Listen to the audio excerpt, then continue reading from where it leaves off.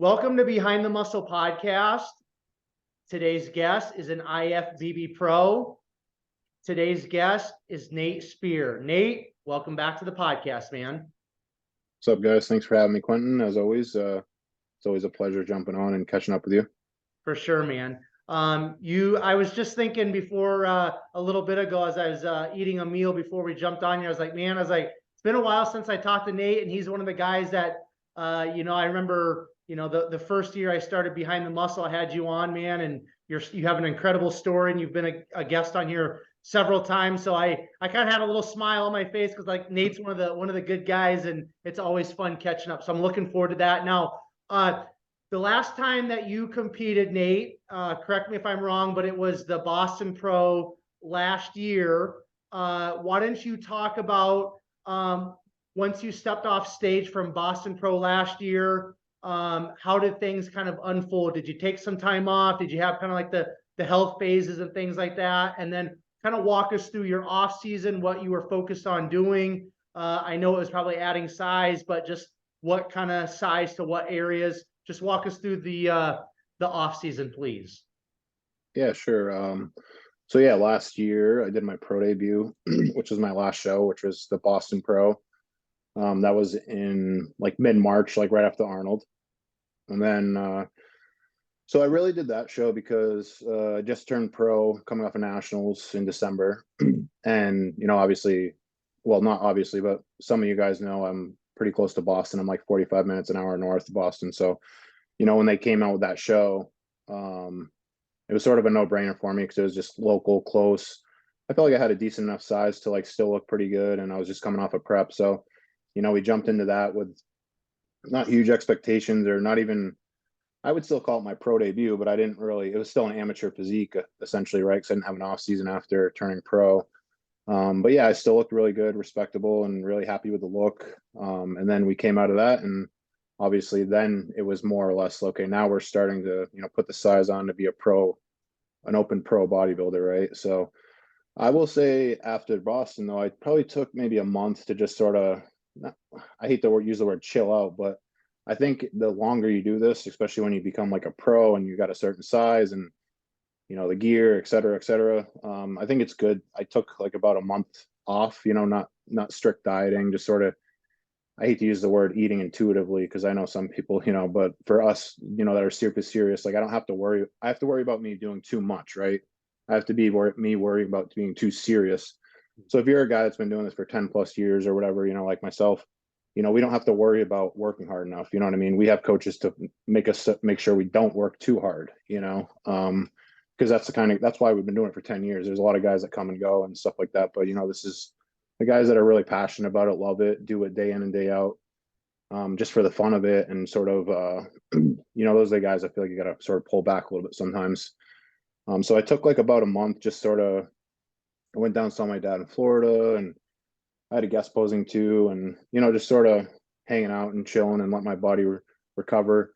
Because like a lot of us, what happens is, we diet for the show and, okay, let's put on muscle like right away tomorrow, after the show ends. And, it's fine and dandy, but when you're, open pro and you've been eating, 6,000 plus calories, a lot of off seasons, back to back to back to back, you're sort of almost like, I guess you get to a certain point where you're not necessarily like, you're like, okay, I don't really need to jump right into shoveling food down.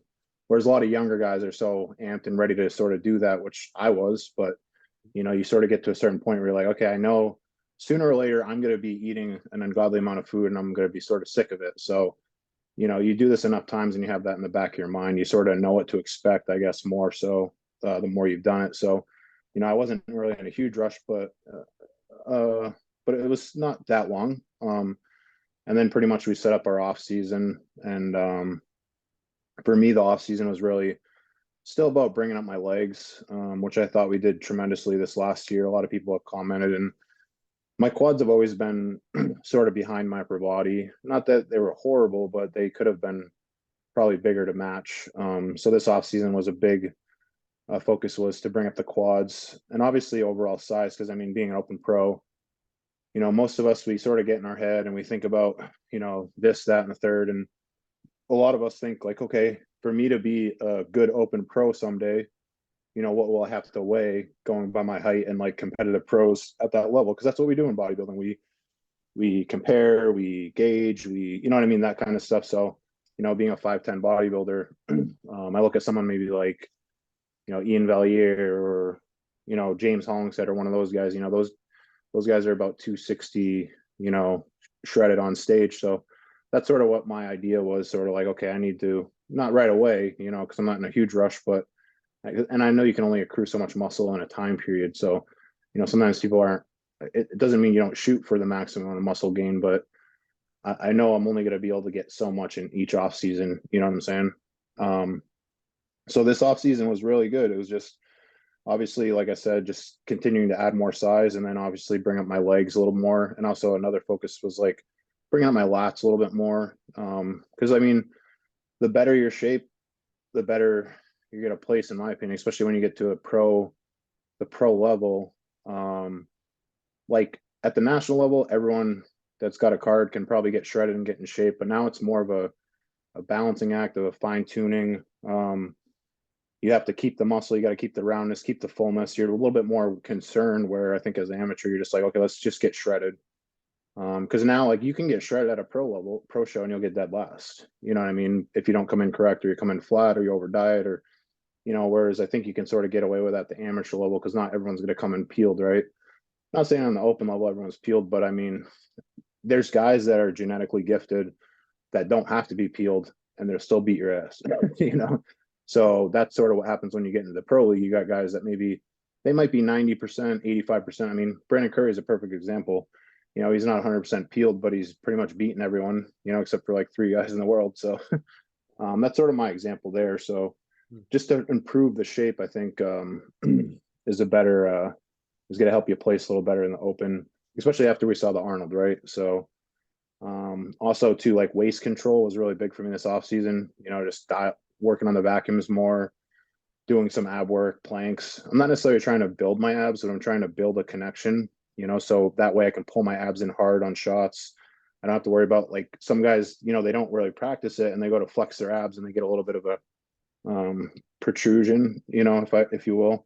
Whereas I think, if you have a better ab control, you can sort of pull that in and get a little bit better at not having it sort of stick out. And I think we're in a day and age where that's very critical in open bodybuilding, where they're a little bit more harsh, which I think is good, because it presents a much better physiques to the world.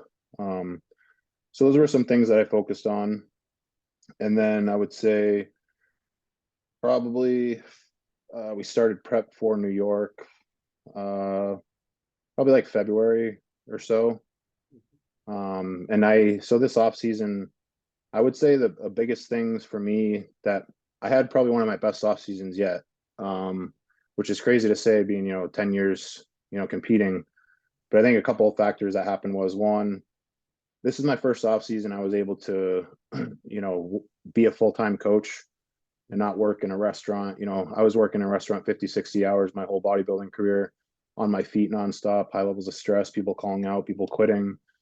Like that, it felt like I was managing a place that was like, I was trying to put out a fire, pretty constantly to sort of sum it up. So now to change that whole direction and, go from, putting in 15,000 steps a day to, 2,000 or whatever, and then having like no stress and, just I'm my own boss and, all that kind of stuff. It just is two different sides of the spectrum. And I think there's something to be said for just progression in bodybuilding. I'm not telling everyone to go obviously quit their jobs, but, down the road, that kind of stuff can play a role once you get to a certain level, and you're like, okay, now I see my physique.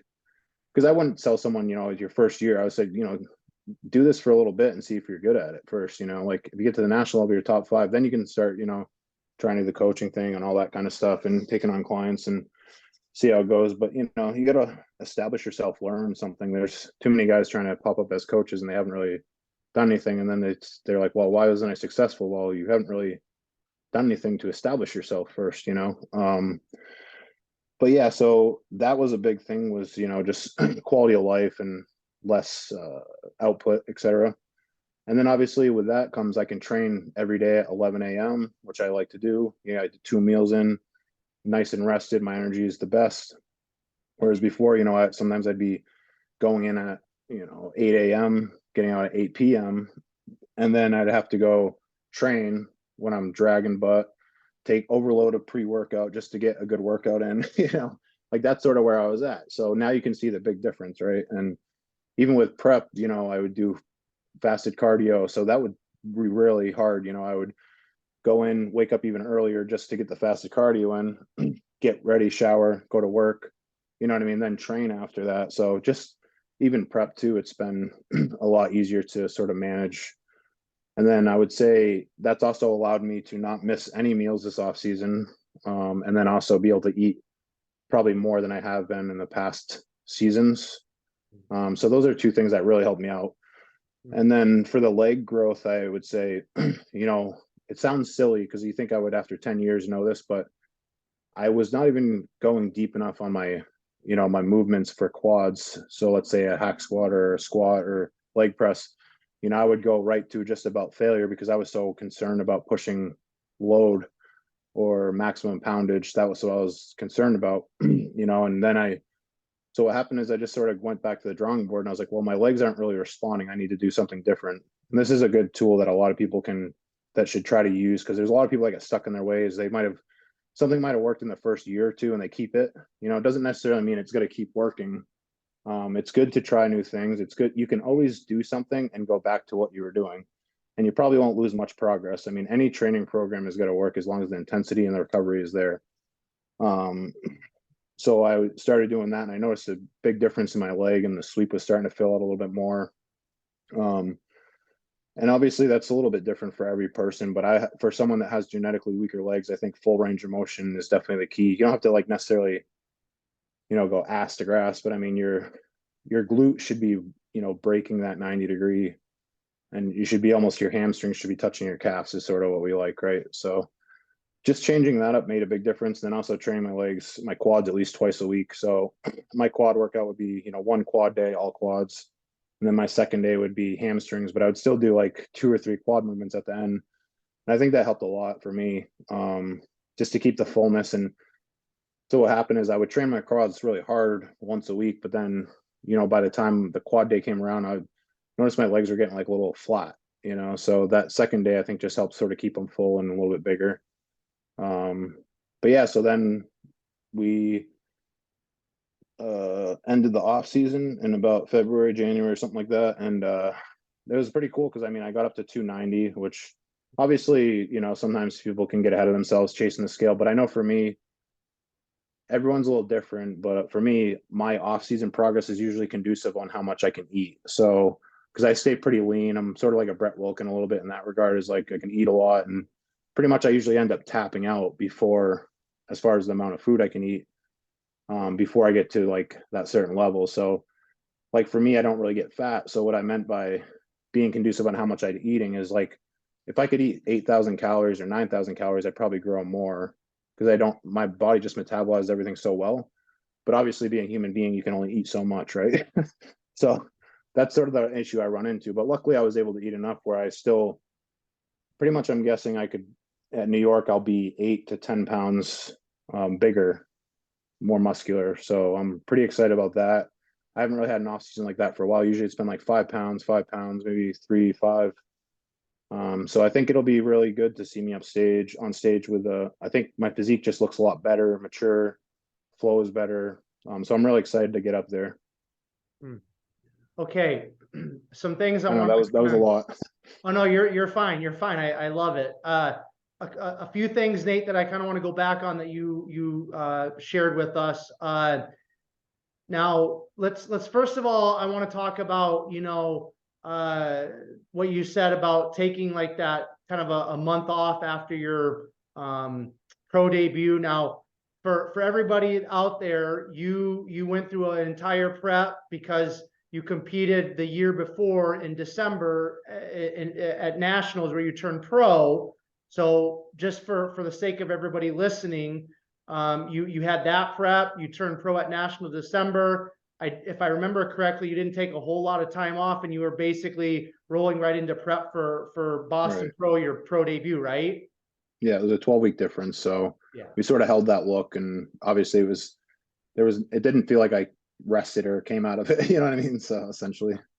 So just so everybody understands that, and then you compete at your pro debut, and then you kind of take that month off, so to speak, to where you just kind of chilled or whatever. Now, I want you to talk a little bit more. Obviously, you know the importance of that, and you kind of alluded to it. You touched on it lightly, but for maybe some of the younger competitors, or the seasoned competitors that aren't pros yet, but they're chasing that pro card. I mean, just talk about the importance of, maybe it's not right after a show, but just integrating some serious time off at different points during the year, or the years, in order to keep your body fresh, to keep your mind fresh, to keep your body primed, so that when you get back on your gear, you kind of get back on your horse, so to speak, to go into an off season, to get into a nasty prep and compete. Your body's going to respond. Just expound a little bit more on that. Why is that so valuable and important? Because I really believe not a whole lot of people, especially on the amateur level, on the come up, are taking the needed time off. They might take a day or two off from the gym. That's not taking time off, in my estimation. Yeah. No, I think that's a great point, and I also do that too. I've gotten really good at, one of my good qualities, I think, as a bodybuilder, as I sort of know when to rest, and I'm not scared to take rest off. So yeah, sometimes too, also in the off season, I might be in a deep off season, I'll take a full week off, like you said, and it feels amazing, and it's only going to benefit you, in my opinion. Like, you're not going to take a week off and go backwards. You're just not. If anything, it's just going to be all beneficial. I don't really see there being any negative. Obviously, if you did it like every month or something, that's obviously, you're overusing that. But also too, like, a lot of people forget, the better you get at bodybuilding every year, most of us as bodybuilders, we get more into this, and we get more willing to do whatever it takes, per se. Not that we're going to just kill ourselves, but I'm just saying, every year my bodybuilding career has gotten more intense. I'm pushing myself harder, because you're trying to get the next level, right? And the next level is harder than the last level. You know what I'm saying?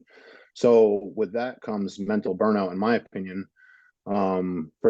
For me, I need just a little bit of clarity. Like, I didn't realize it until I took the time off, and I was like, wow, this feels great, So I think it's just something to, more so mentally, but yes, your body, obviously, it's just, you need to get that body fresh. And obviously, the longer you've been doing it, the heavier you lift, the more your CNS is going to take a taxing, and your body in general, the wear and tear over time.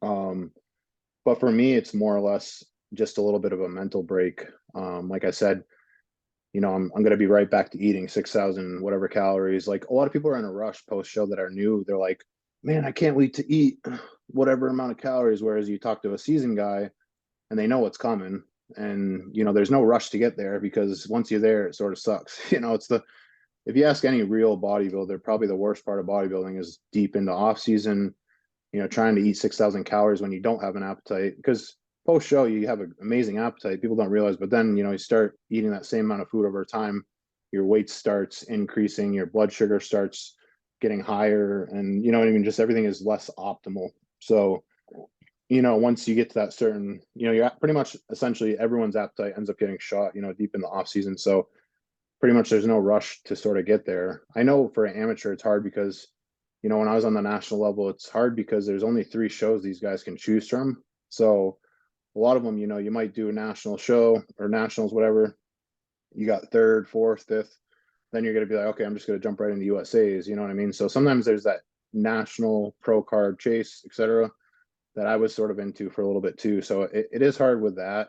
Whereas pro shows, they're sporadic out through the whole year. Now, which is nice. Now I'm now realizing, like, I can just sort of pick any show I want, like, any time of year. Whereas before it was like, okay, nationals December, you know what I mean, or October, whatever month it was. So that's definitely a luxury for sure now. But just I see a lot of guys, like I said earlier, is like, I've been doing this for 10 years competing, and there's a lot of guys, I'd say 75% of guys that I competed with my first couple of years are not competing, and I do believe something has to be said for that, as far as like the breaks and the rest, and turning off your mind, because bodybuilding is always, you're always exercising your mind. How can I be better? Oh, how can I beat this guy? Or how can I get more shredded? Or, how can I bring up my quads? What exercise is the new, your mind is always sort of, if you're a highly competitive bodybuilder, you're always sort of thinking of like, what can I do to be better? Or, your mind's always sort of shuffling. So when I take those breaks, I'm not thinking anything about bodybuilding. I'm not looking at bodybuilding. I think that's something to be said for too, is, because I'm a really big bodybuilding fan. And it's okay to like turn off Instagram for a little bit and not like be obsessing about bodybuilding. I'm also 36, so there's a lot of wisdom starting to come through, so I'm more like an old guy now, but definitely yeah, definitely. I mean, I think I sort of look forward to the time off now because I know, like, I guess you've been doing this for a long enough time where it's like, this is me, right? So it's almost like a vacation off of work, whether, people can understand that or not, but bodybuilding, like my day-to-day life, I don't look at it as hard. Like I enjoy it, but there's a time where you obviously can overdo it and just you sort of get burnt out and you just like, okay, I need to come up for a breath of air. Need to shut off the bodybuilding world for like a week or something. And then you get the best part about it is when you get back to after a week or whatever your break is, you feel amazing. The pumps are amazing. Everything just feels great. Um, Even I had a surgery done like 2 or 3 years ago, and that was when I was in like the heat of the chasing the pro card per se, and I had to take 3 weeks off, and it was really hard in that moment. But when I got into the gym, oh, I was actually looking back and I was so happy I took those through, or I had to, but I still was like, it was a eye opener for me. Like, oh wow, those 3 weeks off are actually beneficial because I could see my physique like change pretty drastically when I would jump back in there, and everything felt great. And like before the 3 weeks, my elbows were on fire, my wrist, I have like all kinds of tendonitis and that kind of stuff, your knees and your hips, and so you take that time off and everything sort of gets refreshed per se. Right. Absolutely, man. Great insights there, Nate. Now, something else that I want to touch on is, you talked about changing the depth on your leg movements to, help bring up your legs. Now, I don't know if I necessarily gathered from you. Did you basically keep the same leg movements that you've always been doing, and you just started going quote unquote deeper, or did you focus on depth along with adding in some new leg movements? Touch on that because I didn't quite gather what you were, if you touched on that in terms of anything past the depth. Yeah, sure. So I did actually change up some stuff. Like, I don't actually squat anymore. Only because for me, there's some stuff mechanically I can't really get deep enough with. So what I did is I found the movements that I can give me the best range of motion possible. So for me, one exercise I was really just used pretty religiously this past year was a pendulum squat. Just because I feel like no matter what, how big you are or how your hips are or whatever, you can still get full depth on that, so that was a big help there. And having a gym that has one obviously was a big help there. Shout out to Reality Training Co. in Massachusetts. But and then we also have the nice Cybex Dorian leg press. So I was able to get really deep on those. Whereas like before, maybe I was doing a free bar squat or a Smith squat with maybe a hack squat, and it depends on the hack squat, but some I can't really get super deep because it just hurts my lower back, so the lower back starts coming off and that kind of stuff. And the pendulum has like a nice lower back pad, so it sort of saves your lower back. So for me, those two machines really helped me out a lot. And just looking at the mechanics, like we know, like the pendulum, obviously your knee drives forward, you sit really deep into it, so there's a ton of quad flexion. Same thing with like the leg press. I feel like you can really just sort of get really deep on that, and you can load it up. And that's actually a move that when I was younger, I didn't really like the leg press. And then as I got older, I actually learned how to use it a little bit better. Whereas when I was younger, I didn't really put much thought into it because you look at it and you're like, that's a leg press. You just sit in it and move it, right? But a lot of people have the pad way too high, I find. So their hips, like like that or whatever, and their hips are hitting their chest, and they're not really getting full range of motion, but they're pushing a lot of weight, but for me, what I started doing is I take the seat and I put it back all the way, and then I might go a little bit wider on my stance, but my knees come out, and I can get really deep And also my VMOs like really blew up a lot too, my teardrops. And I think that helped a lot too. But for me, like I wasn't looking at it like, hey, like I guess my leg training changed because I wasn't looking at it like, how can I lift the most amount of weight? I changed my thinking to how can I get maximum range of motion? And also I like to keep now constant tension. So a nice smooth cadence all the way, like those piston reps, no walking out at the top. So pretty much my theory has been, how can I make this the hardest with the least amount of weight per se?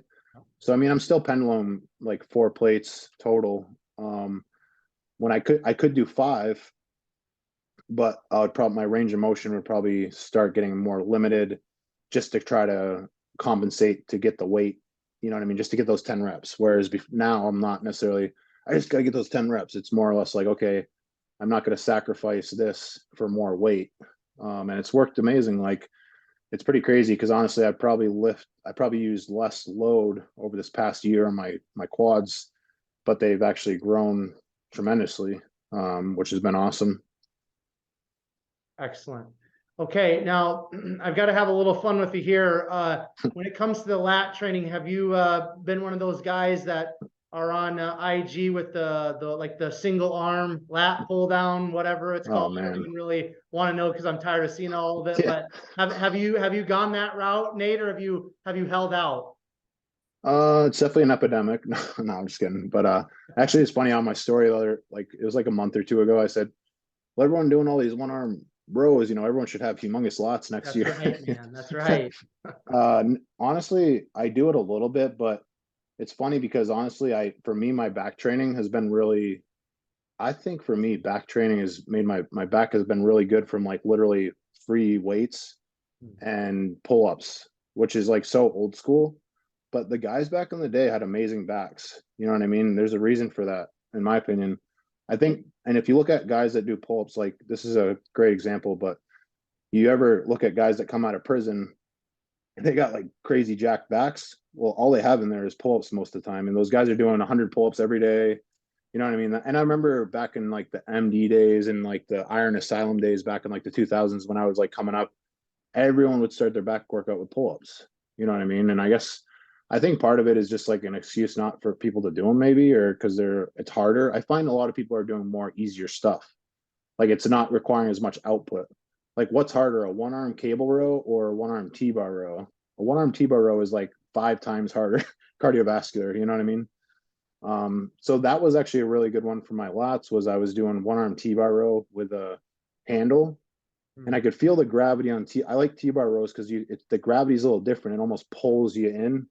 So that was another thing too on my that I'm really big on is like those negatives, right?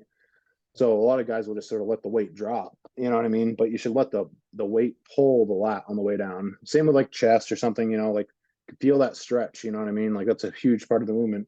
It's crazy that Arnold was so big on negatives, and that was like 50 years ago, and people still aren't really, listening to his advice. But definitely, I think negatives are big. I did a lot of pullovers, and just really trying to like when I barbell row, even like trying to just focus my mind on my lats, because I think sometimes people do like something like a barbell row and they don't really think about it can be a great exercise for your lats, but a lot of people are just sort of moving the weight without the intent mentally. So I think that's a big thing for me is like setting up my mind, and what my intent is before the exercise. So like for me, sometimes I'll do maybe just a pullover, and before each one, I'll do a dead stop and just recontract my lats. You know what I mean? Squeeze them and then go again and like really squeeze the crap out of them all the way through. Whereas guys are just sort of like going like, you know what I mean, just moving and not really putting the intent behind it. I think there's something to be said for that. For mostly every exercise is sort of like, why am I doing this exercise? What am I trying to get out of this exercise? And then using your mind to tap into, why am I doing this, or trying to get the most out of it. If you just go, oh, I'm just doing the bench press, like why? You know what I mean? Or what's your reasoning? You know what I mean? But yeah, I think a lot of people are definitely getting a little bit more.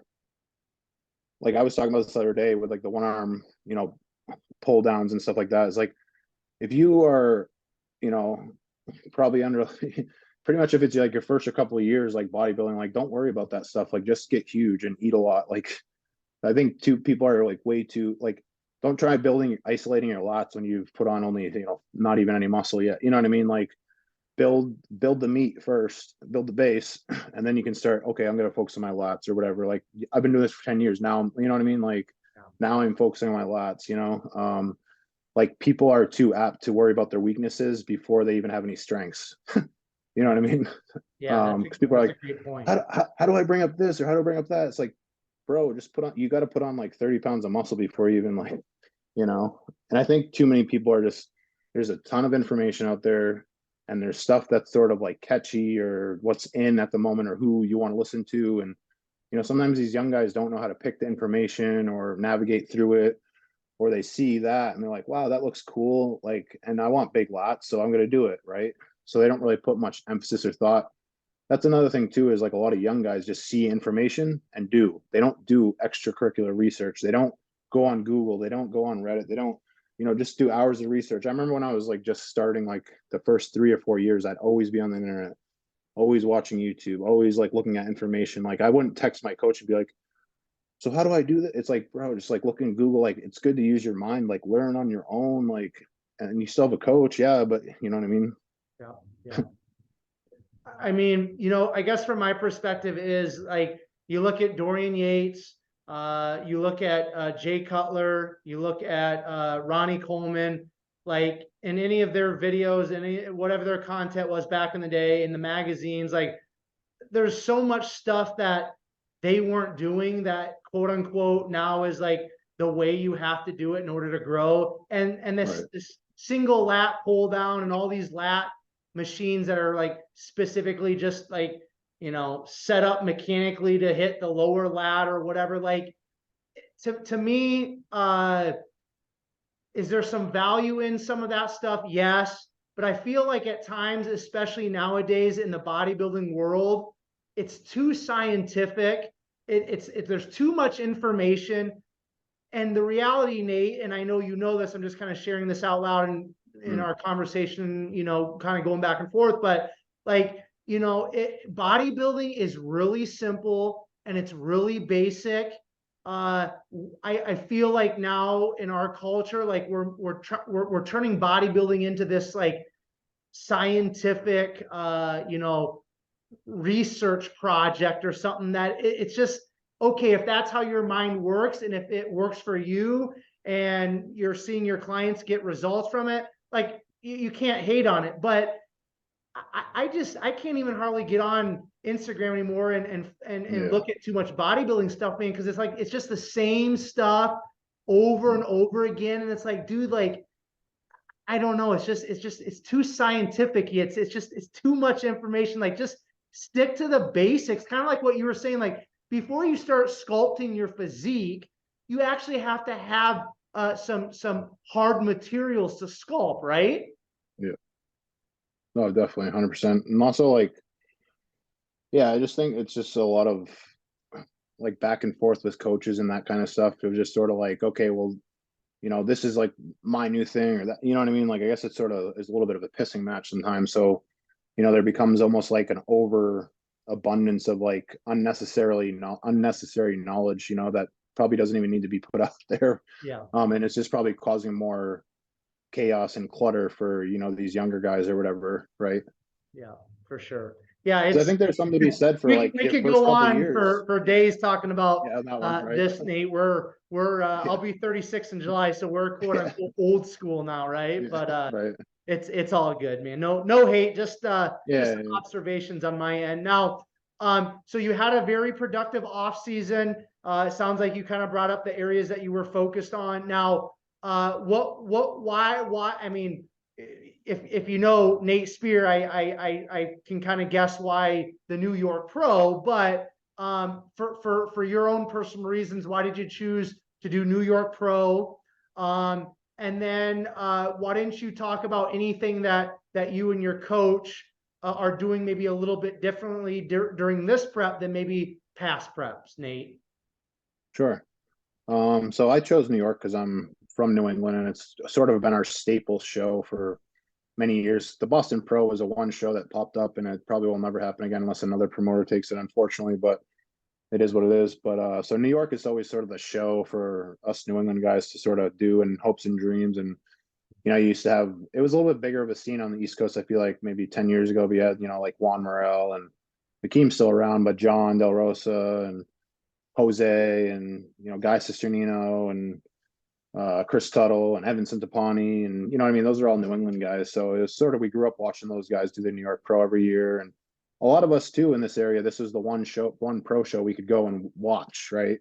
So I mean, it's a 4.5 hour drive for me, but it's worth it because I mean, we don't have another pro show that's drivable. So a lot of us younger guys that are coming up, we drive the New York Pro every year, watch it, and that kind of stuff.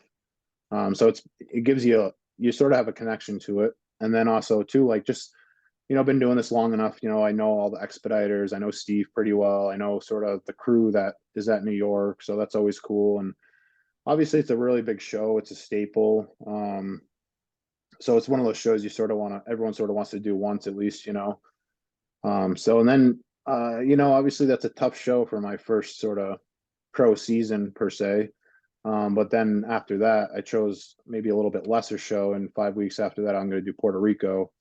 So that'll be a lot of fun too. We get a little vacation out of it too. So do the New York in May 20th, and then 5 weeks after that is Puerto Rico, and then sort of go from there. But I'm probably shut it down. But who knows? Okay. Now, is Carlos Thomas Jr. still doing New York Pro? Last time I chatted with him, that was what his goal was for this year for his pro debut. Is he still doing it or not? As far as I know, he's still doing it. And then Stu Sutherland, who won Mr. USA. So that'll be fun with those two guys. And then it'll actually be a lot of fun. There's a lot of guys that I was like competing with amateur scene with, like Brent Swanson. I'll have a rematch with him. I beat him, and then he beat me. So we're 1 for 1. So who's going to take, and then Robin Strand, I'm good friends with. I do some podcasting with him here and there. He's up in Canada. He's a good dude, big boy. And then there's a couple other people like Eric Wood. So that'll be his pro debut too. So a lot of new guys doing the show. I haven't really seen a lot of Olympians. I'm not really sure why, but we'll see. I'm sure there'll be a couple names that jump in, sort of towards the end. But yeah, it'll definitely be fun to have a rematch with a couple of those guys. I mean, you sort of, for me at least, obviously all of us want to win and go to Olympia, but at this point it's almost like a free ride for me. Like, I don't know, I'm just having a great time. Like now there's no pressure to turn pro. I think it's a little more camaraderie and not less like edgy, because I mean, everyone wants that pro card when you're trying to get it. And it's like, sort of like, shit, am I ever going to like, get it, I guess, because I was runner up like 3 times. I think I missed it by one place. So I was sort of getting in my head, it was like almost the pressure was greater as an amateur. And then you turn pro and everyone's sort of like, okay, we made it, and, obviously everyone wants to win, like I said, but I think it's a little bit more relaxed, more calm. Everything's a win at this point for me, in my opinion, and especially like, like from my background and stuff like that. It's like my life is pretty much, I can't really, there's no complaints here, right? Yeah. Okay, before we get back to the New York Pro, I wanna kind of touch on the prep. Anything different that you guys have done this prep from previous preps? If so, what would that be, or what are some of those things, Nate? So this year we actually started doing something a little differently, but we'll do so now we have a low day, medium day, and a high day, whereas normally it would just be like, okay, we have a training day and then a non-training day with less food. So now it's a little bit more mixed up a little bit. So we have 2 high days for my legs, and then 3 moderate carb days for just normal training days, and then 2 on low days on rest days. So that's worked out pretty good because it's sort of like staggered my, not necessarily progress, but also I think it's helped me keep a little fuller. So like I was saying earlier, now that we're at the pro level, my mind is more conscious of, keeping my fullness, trying to keep size as much as I can. Obviously, I mean, I wouldn't say everyone should worry about that, but if most people know me, I'm always come shredded. So I'm not worried about not being peeled, because at the end of the day, like that's my main focus still. But just new stuff for me is like sort of being more mindful of like, okay, so maybe on my cardio, I stay away from stairs now. I just do an incline walk. That's all I need, you know. And then stuff like, you know, if I, you know, I might add an extra rest day in on my own in prep too. You know, just because I may need it, or maybe I look at my pictures and my legs look a little like flat, you know, that kind of stuff. So just being more cautious, I guess. Whereas like before, when I was at the national level, it was just more like, okay, let's just get shredded. You know, now size and fullness are much bigger, like judging scale at the pro level, right? Yeah. Yeah. Okay, now going back to New York Pro, what in your honest you know, estimation, what's your goal realistically, honestly, candidly, for New York Pro? What do you really think that you can accomplish there? My goal is to place top three. I will say, if anyone's listening to that, and like maybe scoffs or whatever, but I only go off of what I know who's going to be in the lineup. So like, you know, last year I did Boston with like William Bonac, Samson, Steve Kuklo, just to name a few. But that show was loaded. So I didn't go into that one saying, oh, I'm going to place top three, because I am a realist, right? So, you know, just looking at the names that I know and the people that are doing it, and like sort of crossing off people that are, you know, not close enough to doing it, as far as like guys that I could qualify. I think top three is realistic for me. I'm really excited about like the physique that I'm going to bring. I do really think it's just going to be much different and just much more pleasing, and just overall more polished, and, you know, fit on the pro stage a lot better. So I'm really excited about that. But yeah, no, it'd be cool to place top three at the New York Pro. That'd be crazy. Even just to get first call out would be exciting as hell. You know, at a pro show, to be a first call out would be awesome. So that's a huge goal too.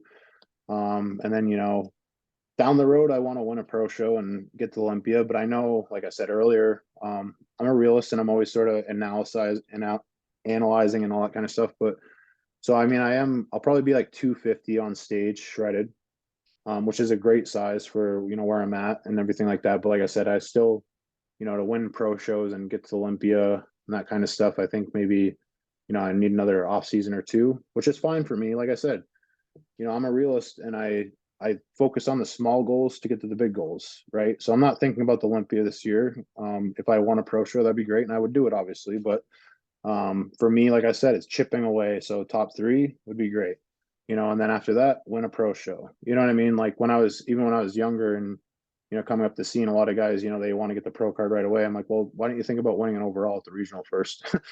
You know? So I think that's something to be said for. A lot of people can get ahead of themselves, and bodybuilding can burn you out mentally that way too. You know, I don't know. I know some people are like, I have humongous goals, but I think that also can get you ahead of yourself, and then you can get very disappointed. So I think having goals are great, but something that's a little bit more tangible. And then you get to that goal, and then you get to a new goal, and then you might get to the goal that was dramatic and massive. Where I'm at right now would have been a massive goal when I started, right? So that's a great idea. Like I would never say, when I was like 10 or 9 years ago, okay, I'm going to be a full-time coach, you know, making a living, working at home. I'm going to be a pro bodybuilder. I'm doing guest posings. Like that was never in my mind. Yeah. But because I checked off those small goals, you know what I mean, and didn't get ahead of myself, now I'm living in a big goal. Like I said, I'm already winning, right? So I think there's something to be said for a lot of people, because just it's easy to say, well, like I said, comparison, right? So a lot of people see, oh well, you know, Andrew Jack, you know, has done 4 shows, you know, like that kind of extreme. But there's a good handful of genetic freaking freaks out there, and it's easy to get wrapped up in that and say, well, that guy, you know, he got his pro card in 3 tries. Why can't, you know what I mean? I guess, you know, Yeah. you know, so I think it's good to know your lane, be realistic, but also, you know, it's okay to like shoot big dreams, but, you know, keep them within reach, I guess, if that makes sense. I think that's some of the most valuable information that I've heard out of over 300 episodes on the podcast, Nate. Like I like to say, and this can apply to bodybuilding, but it applies to business and anything in life.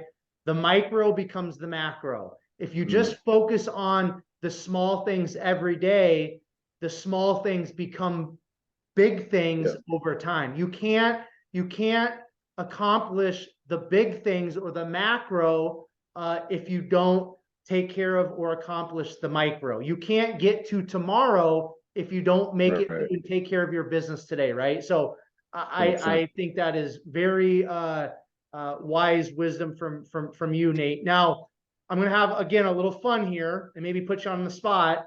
If there's one person Carlos. that you could beat, if there's one person that you could beat at the New York Pro, who is it that you want to beat?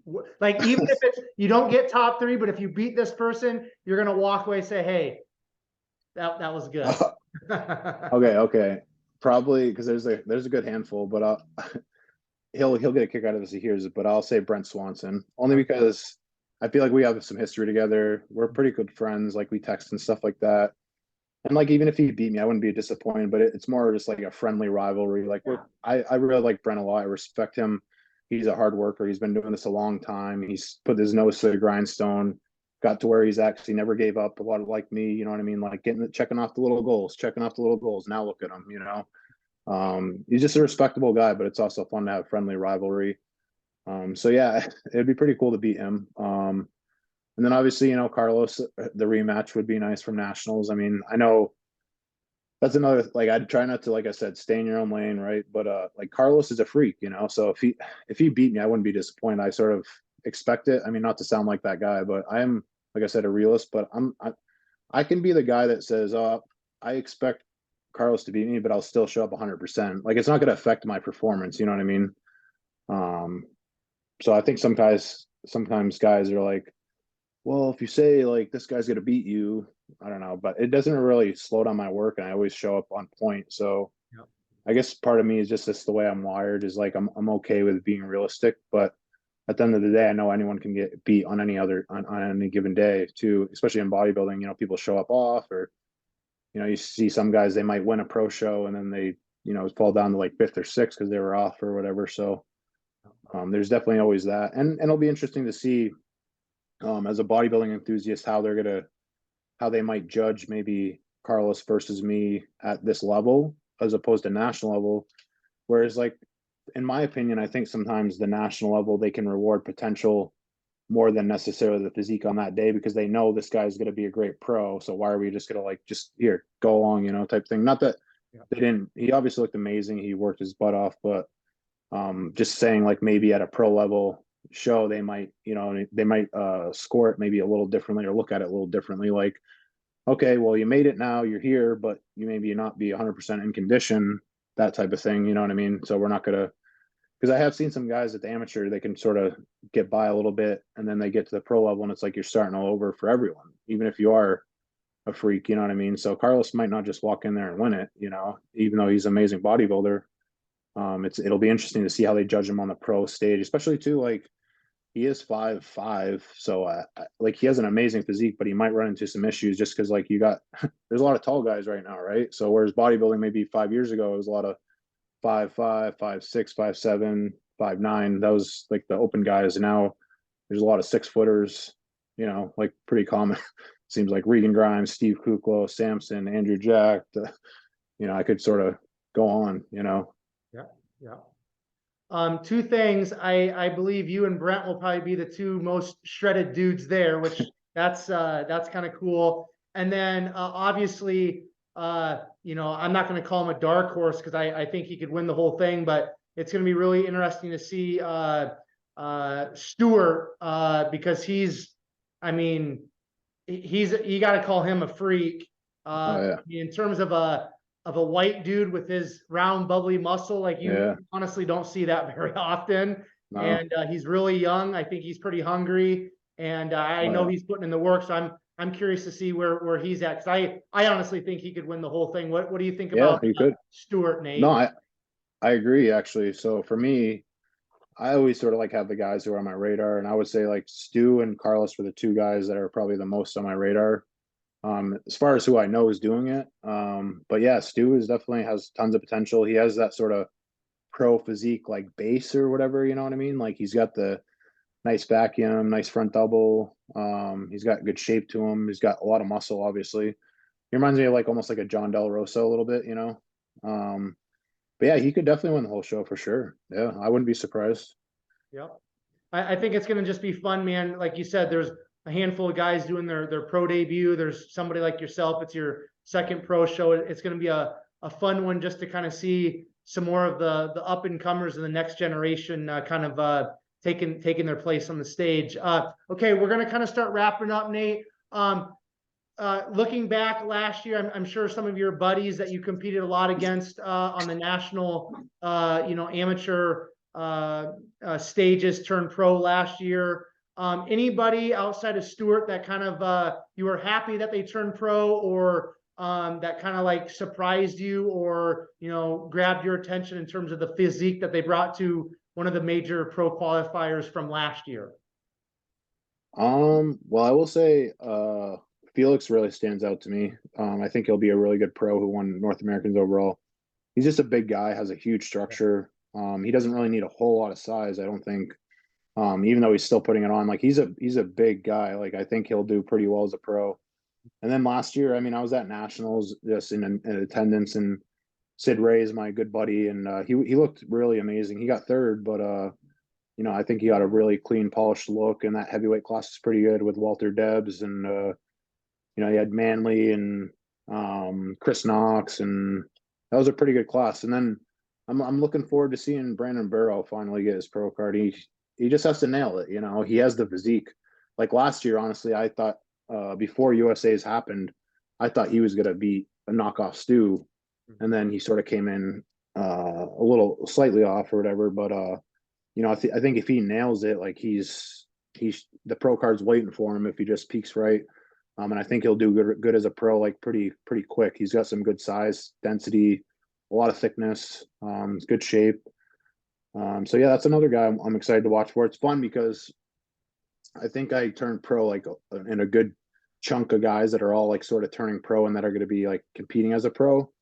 Because every year, obviously, people turn pro, but there's a lot of guys that turn pro. They sort of go MIA. They sort of get the pro card, and you know what I mean, sort of done. Whereas now you get a lot of guys that have turned pro the last couple of years and they're competing. They're getting on stage, which is pretty fun and pretty cool because now we sort of continue on to this level, and it's guys that I sort of have a history with, and now like 5 years from now, maybe we'll be the guys that are sort of, you know what I mean, which is cool. Yeah, no, that is cool, man. I'm sure we've touched on this at some point in our previous conversations, Nate, but like you said, you're 36. What's kind of like the long-term goal, competitively speaking, before you're done competing on a bodybuilding stage? For sure. So I definitely put thought into that. I mean, I don't think if you're in your 30s and you're like competing at a high level, you definitely should have like a plan going on, right? So for me, I think 42, 43 is probably my rough idea of sort of when I'll be done. And just because I think at some point my physique will obviously start going backwards, I say 42, 43 because I did get a little bit of a late start. I started training at like 26. So like training age, I feel pretty good overall. No injuries, knock on wood. I feel like my training is really smart. I'm not the type of guy I'm not that James Holland said, not that there's anything wrong with that. I wish I could be that strong, but for me, I guess, just the way I train, I don't really see me running into any issues. Like I said, knock on wood, but I feel like I train pretty smart. There's my training, I think, has longevity in the back of it as far as like, a thought, whereas some guys aren't really thinking too much about that. But yeah, and then as some of you guys may know, my coach Andrew Barry, he actually just moved down to Florida, Tampa, Largo area, and actually I think in August I'm like 90% sure I'm going to be heading down to Florida as well. So that'll sort of set me up for a final destination, I guess you could say. And yeah, I just want to continue the coaching thing and just keep it growing. It's been amazing. I've fallen in love with it. I started coaching and not really appreciating it or liking it too much, and then as it became more of like a full-time thing, I guess I've really gotten into it. I've built amazing connections and amazing relationships with clients. So yeah, I'm just finished bodybuilding 42, 43ish, pick up the coaching even more, and then maybe get into like promoting or maybe judging or something. I love bodybuilding, man. So as a fan, like I would never, like some of these older guys you hear on Dennis James' podcast, they compete and then they don't really pay attention to bodybuilding. That probably wouldn't be me. I'd probably be more engulfed in bodybuilding once my competition, whatever is done. For me, I just enjoy bodybuilding. I mean, sometimes people make fun of it, like, oh, that's all you think about. Well, that's what makes me happy. So, I mean, at the end of the day, my happiness is all it's the most important thing to me, right? Right. So yeah, no, the future I'm really excited for. Just a lot of good things happening, and I think it's just continuing to still grow. The good thing about my physique, I feel like, is a lot of guys they don't really have much room to grow. But I think for my physique, I think I still have a lot of room to improve and maximize my physique. So I don't really know necessarily what that'll essentially look like because for me, in my opinion, every time I've made pretty significant improvements, my shape and my look has improved too. Where some guys they might get bigger, but their shape doesn't necessarily like improve or look any different. They're just bigger. So, for me, it's exciting because I think when I make some good progress like that, everything sort of changes and gets better. So, who knows? And like, I don't think I never thought like maybe I would look as good as I do right now. Um, maybe even like 5 or 6 years ago. So I'm pretty excited just in that, and to see maybe it'll keep going a little bit longer, you know.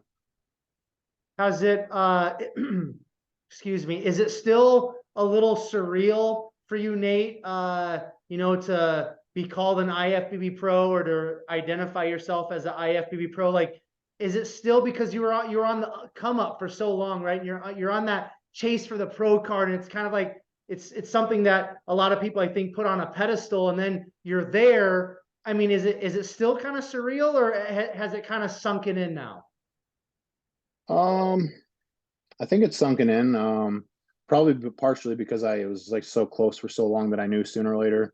Like even though I said in the back of my mind I had a worry of maybe I wouldn't, but I knew in the back of my mind, I guess, that I probably would someday. The best part about it probably is just not having to explain to people why I'm not a pro. Because you might get someone that's a men. Oh yeah, I know this guy. He's a pro, and he's like 160-pound men's physique guy. You can't even tell in clothes. And then I walk up to them, and it's funny because like Chris Fine or Brandon Burr, like those guys are gonna walk up to someone. They're like, "You're a freaking pro bodybuilder." And he's like, "No, I'm not." And then you have to explain why, because you're bigger than literally everyone, but you're super heavyweight and national level. It's just different ball game in my opinion. But so it's finally nice to be like when you like this morning, I did assisted stretching for the first time, and I get to say, yeah, I'm a pro bodybuilder, instead of being like, well, I'm an amateur bodybuilder, and then they go, well, wait, you're not a pro yet, and then I have to explain to them like how the process works, and you know what I mean, like that type of thing. Whereas now it's just like, oh, that's awesome, you look like one, So Yeah, yeah. Cool, man.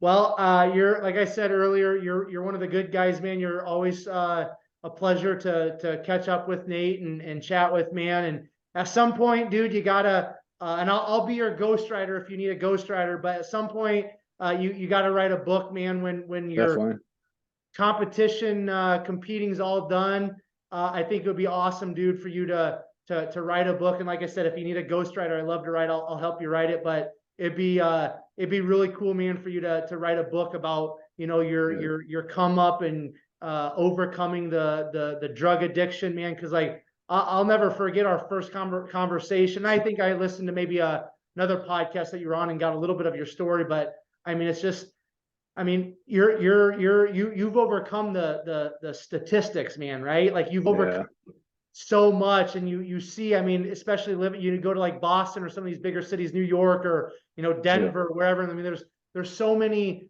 people that are on the streets that are addicted to drugs that are dying, because of fentanyl and all this stuff. And it's like, man, like that easily. I mean, you were an addict. oh yeah, You yep, easily could have been dead or in prison up to this point. yep, And to think about, like you said, you're living your big goals. You're living your best dreams, your best life now. So I really appreciate you, Nate. We got to write a book. You've got to write a book at some definitely. point. And before I do a quick outro, man, why don't you give out a shout out to HD if you have your discount you want to share? Give us your Instagram, anything you want to leave us with. The platform is yours, my man. And then I'll do a quick outro, Nate. Thanks, brother. Yep. So yeah, I'm a sponsor athlete by HD up in Canada with Dorian Hamilton. If you guys want to check them out, my code's Nasty Nate. Helps me out too. So if you're a fan, it's always nice. But and then just I want to shout out my coach, Andrew Barry. A lot of people, or maybe they don't, but that's been my coach for about 8 or 9 years. My only coach that I've ever had. Now my best friend. So it's been an amazing journey with him too. And like a lot of this stuff, when I look back and think about you know, he thinks he pops up in my mind because he's just so involved with a lot of my stuff, and even just helping me become a better adult human. Because like when you get sober, like it's like my life was on pause for like, you know, 10 years or whatever. So, you know, wherever I left off at like 15 or 16, it's like that's where you're picking up, because I've been using drugs to sort of feel, mask, do everything with. So now you get to, you know, 26, 27, and you're like, wow, I feel like I'm a 20-year-old. I have no experience, no life, no adult, like no credit, like everything is like, you know, you're starting over. So to have someone that's pretty successful in life, like a mentor like Andrew, he's helped me a lot as far as like life goes too. So definitely thank you to him. And then thank you to they're called DB Gear. They're up in Vermont, but they make belts, leather belts. They're awesome. They do like knee sleeves, elbow sleeves. They also did my shirts last year, the Nasty Nate shirts, which they still have some on their website. So if you go to dbgear.net, I think, check them out. They got custom belts that are beautiful up in Vermont. The guy makes them in his own warehouse, leather belts. So shout out to them. They've been with me for a while. And they go to like a lot of the shows. They have like they set up like a picture of me and all that kind of stuff. So you know, stuff like that is always pretty cool. And yeah, just that's pretty much it. And thank you for having me on, of course. Absolutely, man. You're always welcome, Nate. All of you who are tuning in to another episode of Behind the Muscle podcast, I just want to say thank you so very much. If you guys have not done so already, please make sure you go to YouTube and subscribe to Behind the Muscle podcast there on YouTube. And then also please take this episode with Nate. Make sure you share it on your Instagram stories. Please tag Nate, tag Behind the Muscle podcast, so that we know that you listened specifically to this episode and found great value in it, in which I know you did. And if you guys are not following Nate yet on Instagram, why don't you guys please give Nate a follow, like we just kind of talked about. He's overcome a lot. He's put in the work, and he's just one of the good guys in the bodybuilding community and on the fitness scene. So if you're not already supporting Nate, give him a follow on Instagram. Use his code if you guys support HD Muscle. And then per the usual, I will leave you all with this. Remember, behind the muscle, there's always a story. We'll catch you guys later. There goes.